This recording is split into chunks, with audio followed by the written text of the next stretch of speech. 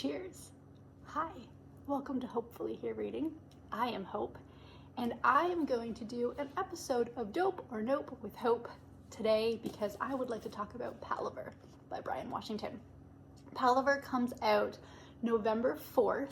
It may already be in bookstores. I'm not sure if there's a strict on sale date for this one, but I feel like it's possible. I've seen it on a couple of shelves already.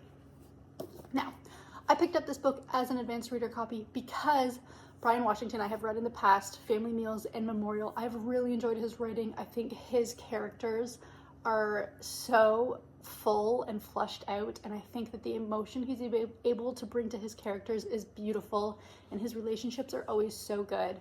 He does very good kind of found family dynamics, and there's always seems to be a little bit of strain in his family relationships, but the way he explores that has always been a very pleasant reading experience for me. So when I saw this as an arc that I had access to, I thought, yeah, I definitely want to give this a go, and I'm so glad I did. So, Palaver. If you are like me, had no idea what this word meant, and I saw it as the title for this and didn't think much of it.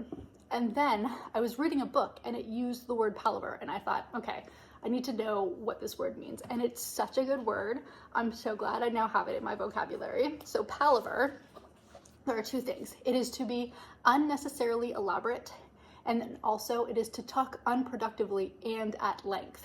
And I thought this word was hysterical because, let's be real, that is absolutely a situation we have all been in. And so it just made me so happy to learn this word. And I think that it being used as the title of this book is an interesting choice. So in this book, you are following two characters. You are following the son and you are following the mother. Or is it the mother or the mom? Yeah, the mother. And you never get their names, and they're alternating perspectives.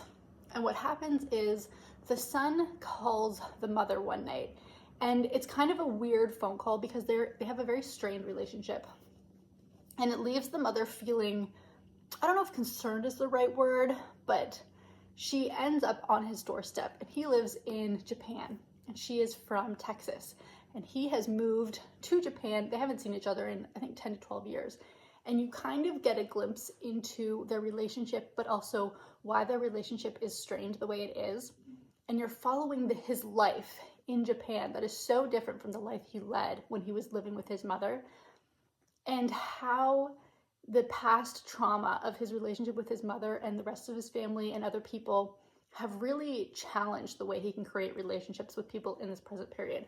But he has created for himself kind of this network of people around. And they're all, you can tell from the outside how much they care about this man. And yet the son doesn't see it himself. And it's such a fascinating look at human emotion and how we perceive ourselves and how others actually perceive us, and how sometimes there's such a disconnect between how you feel about yourself and how others feel about you, and how others think you're actually a really great person and you yourself think you're terrible, or you're not worth time, or you're not worth space, and yet other people would do so much for you. And it's such an incredibly emotional look at relationships. I really enjoyed this. It's my copy is just over 300 pages. I would say it's a very readable book, but it did take me a couple of days to get through, simply because the nature of the relationships can be a little draining sometimes, and you're looking at these characters, and it's really interesting because while you are rooting for them in a way, they're not always the most likable of people. And I enjoy kind of that push and pull between an author's writing and a reader's experience, in that you're wondering, like, where do I want this story to go? Like, how do I want it to end? Do I want things to kind of come full circle? Do I want things to be resolved? How do I want to feel about these characters? And when they're kind of placed in a morally gray, not morally gray, but gray area in terms of their behavior and their thought process, I find that experience as a reader to be really interesting, but also it kind of requires sometimes that I took a little bit of a break, because while it wasn't draining, it wasn't always easy to read. The writing is beautiful. It's not a difficult read, but it's not necessarily an emotionally easy book to read. And I appreciated that so thoroughly. Let me take a sip of the coffee.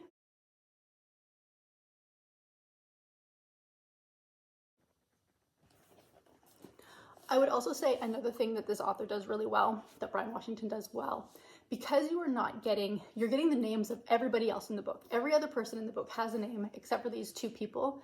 I think it kind of keeps you a bit at a distance. And then the last chapter is a first person point of view. And I think the switch is so brilliantly done because all of a sudden you're actually in the head of one of the characters. And it is such a beautiful way to kind of wrap up the story, even though I don't want to give spoilers to the ending of the story, obviously. I don't want to give spoilers to the book at all. But I think that the way Bryan Washington is able to complete the story, the way he starts it and finishes it, was done beautifully. Now, do I like it as much as his other stuff? I think my favorite book from him has been Family Meal. I believe that's what it's called. Yeah, Family Meal.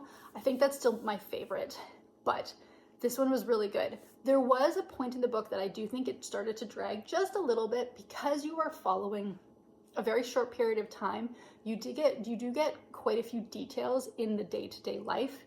And I think for a little bit there, it started to drag a bit. It got a little bit repetitive, but not enough that it ruined any experience for me. So, Dope or Nope with Hope. This is a dope. I really enjoyed this. If you like good, well-written relationships, the main character in this, the son, is gay. So it does have definitely that lens. You are looking through life you're looking at life of a gay man who is been brought up in a situation that is not the most supportive of that. So you do have that you need to kind of muddle through as a reader, which can be very challenging to read. But like I said, Bryan Washington just writes these characters so beautifully. And you can kind of see sometimes how I think this probably touches, I think it probably gets a little close to Bryan Washington's life period, because Bryan Washington lives in Tokyo, I believe, and that's where this story is based. And I think you can really see kind of those points of his life being pulled and put into these books. Just the way that he's written his descriptions and stuff, beautifully done. So there you have it. Dope or Nope with Hope. Palaver is dope. And if you've enjoyed his stuff in the past, absolutely pick it up. And if you're looking for a book that just has some really emotionally complex characters and emotionally complex relationships, I think you could really enjoy this one. So there we have it. A very quick little video. And I thank you so much for being here. I will see you in the next one. Bye.